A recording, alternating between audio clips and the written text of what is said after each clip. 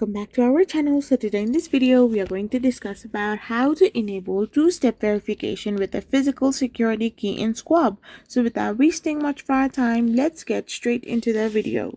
So the first thing you need to do is simply get logged in into your Schwab account.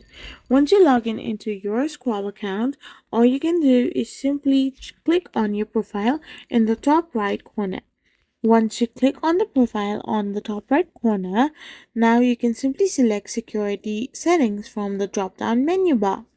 After this, you can simply enable two-step verification by finding in the find information section.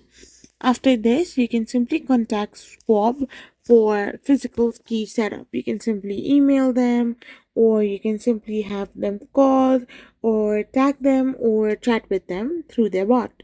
So you can register your physical security and you're all set. I hope you found this video helpful. So don't forget to hit that subscribe button and do give us a thumbs up.